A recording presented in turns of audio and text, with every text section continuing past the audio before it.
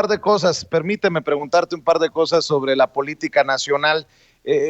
¿Cómo ves al presidente Andrés Manuel López Obrador a la cuarta transformación ante el embate un día sí y el otro también de noticias falsas, de estos que han hecho de su pasatiempo favorito golpetear por golpetear, escupir por escupir, envenenar el discurso público en nuestro país? Mira, ojalá y fuera un pasatiempo nada más. Yo creo que es un gran negocio. Hay una cosa que no hay que olvidar nunca en estos procesos y en estos tiempos.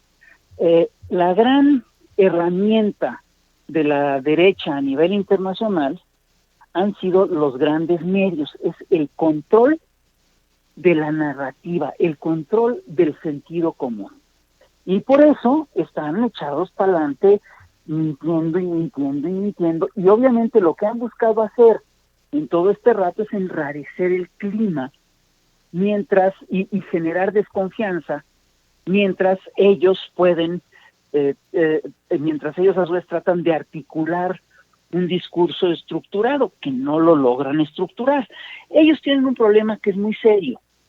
El problema que tienen es que han sido verdaderamente siniestros, se aliaron con el crimen organizado, llegaron a unos niveles de deterioro y de corrupción absolutamente inconcebibles, ¿no? Por ejemplo, esto que tenemos de que García Luna fue detenido en Estados Unidos por vínculos con el narcotráfico y Cienfuegos también, te habla efectivamente de que aquí hemos tenido un narcoestado. Date cuenta de lo que eso implica, date cuenta de lo que implica que uno de los primeros ingresos, que el principal ingreso de la nación, de divisas de la nación, sea el narcotráfico, sean los estupefacientes. Pues es un problema gravísimo, que por supuesto repercute a nivel de la seguridad pública, ¿no? Entonces, tienen ese problema que es muy serio. Pero por el otro lado, también cuentan con herramientas sumamente poderosas. Tienen, entre otras cosas, un aparato de medios que es muy, muy eficaz. Es decir, yo quiero decirte, quiero hacerte un reconocimiento a ti y a tus colegas youtuberos. Es decir, lo que están haciendo los youtubers es quitarles ese monopolio a los grandes consorcios mediáticos. Es decir, por primera vez en décadas, los ciudadanos de a pie nos encontramos con que hay medios alternativos y que te informan y que no te dicen lo que quieren decirte los dueños de los medios, porque lo que es un hecho es que los grandes consorcios masivos se presentan como los grandes garantes de la libertad de expresión, pero esencialmente repiten lo que quieren decir, lo que quieren que se digan sus dueños. Nunca te vas a encontrar en estos medios una crítica o un ataque a los intereses particulares de los dueños de esos medios. Entonces, lo que es decir, lo que está ocurriendo es una cosa muy sencilla, hay un cambio de plataformas de información. Ahorita, en estos momentos, por primera vez, de veras en décadas, empiezan a tener competencia y hay un montón de gente que no se informa a través de la televisión, a través de la radio, sino que se informa a través de las redes sociales, en Twitter, por podcasts, por video, por videos, por canales de YouTube, etcétera, etcétera, etcétera.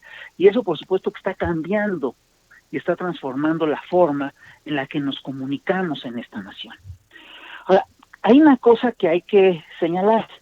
Estos señores siguen teniendo los grandes consorcios mediáticos y todos están a su favor. Y además han desarrollado estrategias de desinformación que son muy eficaces. Hay que decir una cosa, es decir, la verdad al final de cuentas siempre sale avante. Sin embargo, tienen estos señores estrategias para que la verdad salga avante, pero después de varios años, ¿no? Es decir, tienen toda una serie de mañas, tiene toda una serie de recursos que les permiten ir postergando la percepción de la realidad y que les permiten ir ocultando información y que les permiten ir tapando cosas. Entonces, por ejemplo, ellos ya tienen una estrategia, el Sí por México ya tiene una estrategia muy definida para los próximos meses. Como ellos saben que están desacreditados. Lo que van a tratar de hacer es desacreditar a la gente de la Cuarta Transformación. Entonces hemos visto una y otra vez campañitas que son verdaderamente impresentables. Por ejemplo, acusan a John Ackerman y a Irma Eréndira Sandoval de que compraron casas. Bueno, si tú revisas toda la historia, no hay nada chueco en lo que ellos hicieron. Lo que ellos hicieron es totalmente limpio, es totalmente correcto, no hay ni por dónde agarrarlo. Y sin embargo, cada que se presenta un asunto en el que John Ackerman viene y critica una cosa y dicen, pero el señor tiene una casa en Coyoacán y tal.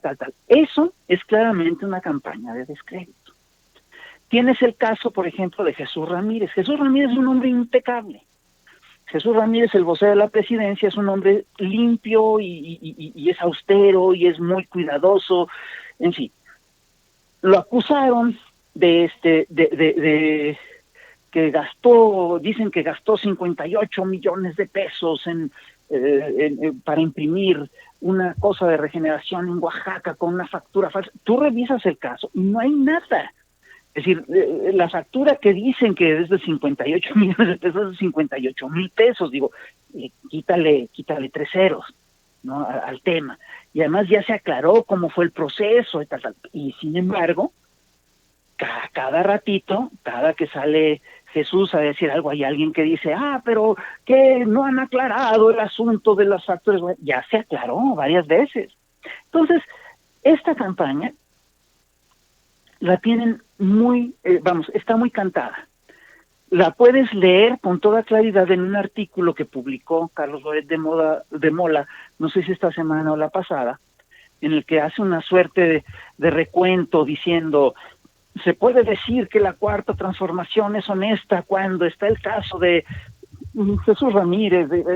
No les importa que eso ya sea aclarado, no les importa que eso sea mentira. Insisten en los temas, ¿no? Entonces, lo que yo creo es que estamos efectivamente ante una gran batalla entre lo que es una narrativa basada en mentiras y una narrativa basada en verdades. Es decir, porque al final de cuentas, todo lo que nosotros dijimos que había ocurrido con la estafa maestra, resulta que sí ocurrió. Hoy tenemos, por ejemplo, que Emilio Cebadúa declara pues cómo fueron las triangulaciones, que se documenta que Mide estuvo metido en eso, se documenta cómo estuvo Rosario Robles metida en todo esto, ya se documentó claramente, lo debe ver. El caso de Cebadúa hay cosas que son muy curiosas, pero que además no aparecen en la información. Por ejemplo, en el caso de Cebadúa es un hecho que el señor y sus parientes se gastaron algo así como 140 y tantos millones de pesos en casinos y en tarjetas de crédito, pero fíjate, eso no se filtra a los medios. Yo sí creo que nosotros tendríamos que posicionar esa información.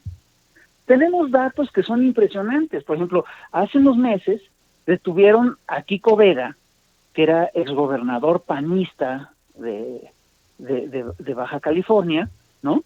Y lo detienen por vínculos con el narcotráfico. Bueno, la noticia no llegó a primeras planas.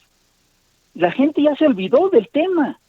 Estás hablando de un gobernador que pactó con el narco. Digo, no es cualquier cosa. Entonces, a ver, incluso los casos que te plantean, es decir, sin ser cínicos, es decir, no es lo mismo que un señor compre una casa de más a que un señor salía con el narco. Bueno, y sin embargo el señor al que acusan de haberse comprado la casa más no se la compró, pero el señor que pactó con el narco, sí pactó con el narco, ¿no?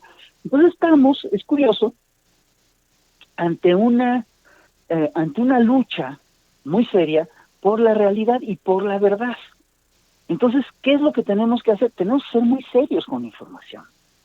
Tenemos que ir al fondo del análisis, tenemos que ser profundos, porque si no nos van a engañar.